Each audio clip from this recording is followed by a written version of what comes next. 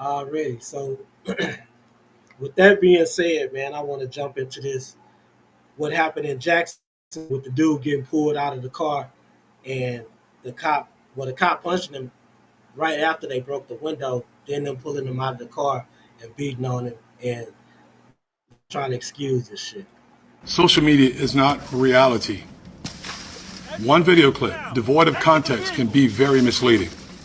Given that McNeil never brought this incident to JSO's attention, but rather pushed the cell phone camera footage that he had in his possession since March 5th out on social media, one can only assume, and I'm saying I assume, that he intended to inflame the public.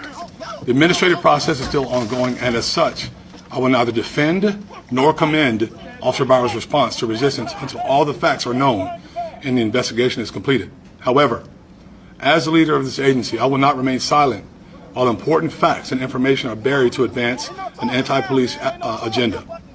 The truth is, William McNeil Jr. was non-compliant with JSO officers within 21 seconds after he was stopped for multiple civil infractions. His non-compliance quickly rose to the level of criminal resistance to a police officer. McNeil was arrested and pled guilty to resisting a police officer without violence. Force absolutely looks ugly. And because all force is ugly, whether or not the officer involved acted within outside JSO policy, that's still what we're investigating. All right, man. So I know we had different views on this on TikTok. Let's see if you came over to the right side now. I mean, I'm always over on the right side. I just want to stress the point that when an officer give you a lawful order, you have to step out the car. I understand you feel like, oh, it was just a headlight, but it's still bright outside. You cannot argue with him on the side of the road. Take me to jail. I don't want to argue with you on the side of the road. I feel like I ain't got no rights on the side of the road anyway. So take me to a place where I got my rights can be protected at. You're not gonna. They don't want to. They just want to get you out and identify you. Cool. You know what I'm saying? Dude had a little bit of marijuana on him. He had a serrated knife on him. Like, these are all going to be justifications when you don't do what they actually do. So I'm not saying that.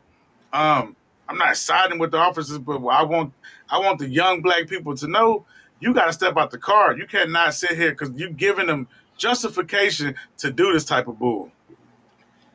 Look, man, they not supposed to pull you out of the car for a simple traffic stop. Now, the cop already pulled him over for some BS. And he pulled him over for inclement weather. Wasn't any inclement weather. It wasn't raining. It wasn't foggy. None of that. Okay. Nothing was obstructing his view to where he had to have on some headlights. Second of all, he said he pulled him over for no seatbelt. Clearly, when they broke the window, getting him out, dude still had his seatbelt on. So you lied on both of those premises. You had no clear reason to pull him over.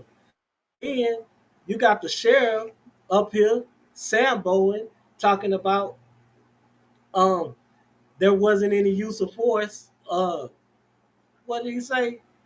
Uh Damn, I forgot what he He said. said violence. This my He train. said he basically said when you don't comply, it can get violent and it looks ugly.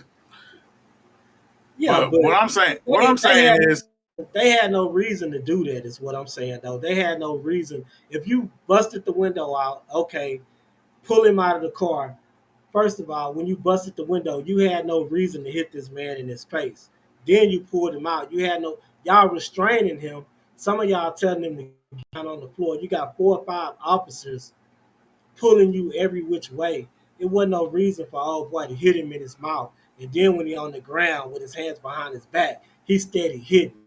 My point is the police chief is condoning that type of stuff. and I feel you on that too. The police chief is condoning that type of that type of heinous attitude. And my thing is to stay away from keep getting your ass beat, to stay away from that. Now it's gonna happen because my girl told me, she said, hey, you could do all that and they still beat your ass. And I said, you right about that. But now if you survive that, I hate to say it like that, but you're not provoking the situation. they're trying to justify the situation. You got some marijuana on you, got a knife on you, your insurance is expired, your tags expired. You know what I'm saying? He got all of this working against him, and you But they still don't trying to know tell them, all no, I'm not that. about to get the car because They don't know all that. That's what they're fishing for. That's what the illegal stop was for. All this could be thrown out now because the stop was illegal. no, the stop. Okay, I feel you on that. You saying the stop was illegal? That's true. So that's why you get out the car and comply instead of getting your butt beat down because you want to be like, bro, if you know, they don't know that, but you know what's going on with your situation. You know this could be justification points. So get out the car, sit on the back of their car, be like, hey man, look, I ain't got nothing. They can't search you. Now if they searching you, they must have found something in the car, but they can't search the car either. So all he really can do is get you out the car and have a conversation with you. You play that cool or normal. You talking about my headlights, sir, it's bright as day. All right, well, I should see you in court and keep it moving. You have to comply with these law enforcers. Right? Say, man, y'all both right.